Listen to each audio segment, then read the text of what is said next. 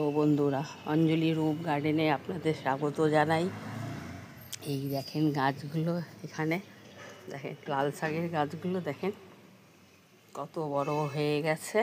আর এই গাছটার মধ্যে এই যে বরবটিগুলো ধরতে আরম্ভ করেছে। এই যে বরবটিগুলো সব ধরছে একটা একটা করে, অনেকগুলো অনেকগুলো বরবটি আছে এখানে। আবার এই যে এদিকেও আছে, আর এদিকে লাউ গাছটা, তো এই যে লাউ গাছ বেয়ে উঠেছে, শিম গাছ, এই যে শিম গাছগুলো বাইছে সব। তারপরে এদিকে করলা গাছ, এগুলো সব ডাল কেটে কেটে একদম ছোটো ছোটো, এই যে গাঁদা ফুলের গাছগুলো এক একটা করে টব কাটছি আর কেটে কেটে এক একটা করে বসিয়ে দিচ্ছি মাথা থেকে। দেখেন না গাছগুলো, কালকে আবার এইটা বসিয়েছি।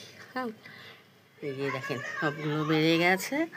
আর চন্দ্রমল্লিকা একটা দেখেন না পাতা বাড়ছে, মানে হচ্ছে খুব কম, আস্তে আস্তে হচ্ছে। যাই হোক হোক, তারপরে এবার আছে। তারপরে ওদিকে দেখেন বরবটি গাছটার মধ্যে আর বরবটি নেই, যদি নতুন করে হয় হবে। আর ওই যে ধনে পাতাগুলো কেমন বেড়েছে। আর তারপরে মূলো শাকগুলো অনেকটা কম করেছি, এখনও আছে। মাঝে মাঝে থেকে কয়েকটা নিয়ে নেব, নিলে কয়েকটা গাছগুলো বাড়বে। এখানে দেখেন না এই যে পুঁই শাকের পাতাগুলো কেমনভাবে পোকাগুলো খেয়ে নিচ্ছে দেখেন। মুখের সামনে খেয়েছিল, কালকে ভেঙে গেছি। আর তারপরে দেখেন ছিদ্র ছিদ্র করে পোকাগুলো সব খেয়ে নিচ্ছে। এখানে সব একদম এই দেখে ছোটো ছোটো গাছের মধ্যে শশাগুলো ধরেছে, দেখে ভালোই লাগছে। এদিক দিয়েও করেছি, বেয়েছি, দিক দিয়ে করে বেড়ে যাচ্ছে। এই শশাগুলো দেখেন, শশাগুলো দেখে ভালো লাগছে। এই গাছগুলো থেকে বড় আর কি বলেন, এই তো আনন্দ।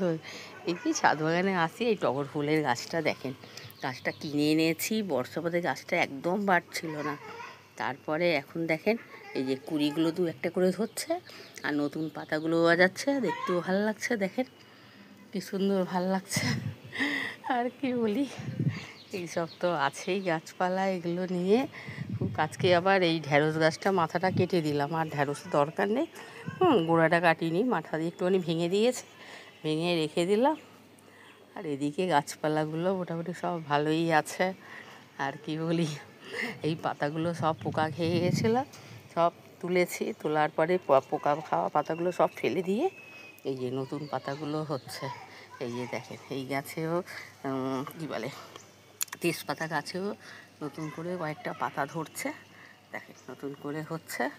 কলা গাছটা তো চলো মাটিগুলো গোবর সার দিয়ে ভালোভাবে বসে গেছে। আদা গাছটা ছোট্ট জায়গা ছিল, তারপর দেখছি আদা বেরিয়ে আসছে।